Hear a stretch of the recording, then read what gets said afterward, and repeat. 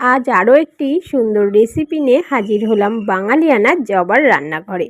এখানে কেটে নিয়েছি একে একে আলু, শিম, চাল কুমড়ো এরকম সাইজের করে কেটে নিয়েছি, টমেটো, বিনস আর দুটো পেঁয়াজ নিয়েছি, 4টে রসুনের কোয়া আর 4টে কাঁচা লঙ্কা। কেটে কুটে সমস্ত জিনিসগুলিকে ধুয়ে নিয়েছি। এদিকে 1 বাটি মতো মুসুরির ডাল নিয়েছি, মুসুরির ডালটাকে ভালো করে ধুয়ে নিয়েছি। প্রেসার কুকারে ডালটা দিয়ে একে একে চাল কুমড়ো, শিম, আলু, বিনস, টমেটো আর কাঁচা লঙ্কা দিয়ে পরিমাণ মতো জল দিয়ে দেবো। সামান্য একটু নুন আর একটু হলুদের গুঁড়ো দিয়ে ভালো করে মিশিয়ে নিয়ে ঢাকনা দিয়ে গ্যাসে একটা সিটি দিয়ে নেব।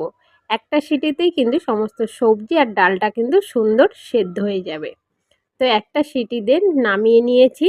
দেখেই বুঝতে পারছো সমস্ত ডাল আর সবজিটা খুব সুন্দরভাবে কিন্তু সেদ্ধ হয়ে গেছে। এদিকে ইন্ডাকশানে কড়াই বসিয়ে দিয়েছি। আজকের রান্নাটা আমি ইন্ডাকশানেই করে দেখাচ্ছি। তো ইন্ডাকশানে একটা মিডিয়ামে রেখে দিয়ে দিলাম কড়াইতে পরিমাণ মতো তেল। এবার ইন্ডাকশানের আঁচটাকে একটু বাড়িয়ে দিয়েছি, তেলটা যাতে ভালোভাবে গরম হয়ে যায়। তো ভালোভাবে তেলটা গরম হয়ে গেলে ফোড়নে দিয়ে দিচ্ছি 5 ফোড়ন আর শুকনো লঙ্কা। ফোড়নটা ভালো করে ভেজে নিয়ে যে 4টে গোটা রসুন নিয়েছিলাম সেই রসুনের কুচি আর দুটো পেঁয়াজ নিয়েছিলাম সেই পেঁয়াজের কুচি দিয়ে তেলের সাথে ভালো করে মিশিয়ে নিয়ে স্বাদ মতন নুন আর পরিমাণ মতো হলুদ গুঁড়ো দিয়ে পেঁয়াজ আর রসুনটাকে বেশ হালকা লাল লাল করে ভেজে নেব। পেঁয়াজটা যেই ভাজা হয়ে আসবে, প্রায় নরম হয়ে গেছে, এ পর্যায়ে দিয়ে দিচ্ছি সেদ্ধ করে রাখা সবজি ডালটাকে দিয়ে পরিমাণ মতো জল দিয়ে দেবো। দিয়ে ভালোভাবে মিশিয়ে নিয়ে দিয়ে দিচ্ছি একটু সামান্য চিনি, খুবই সামান্য একটু চিনি দিয়ে ভালো করে মিশিয়ে নিয়ে ঢাকা দিয়ে দেব।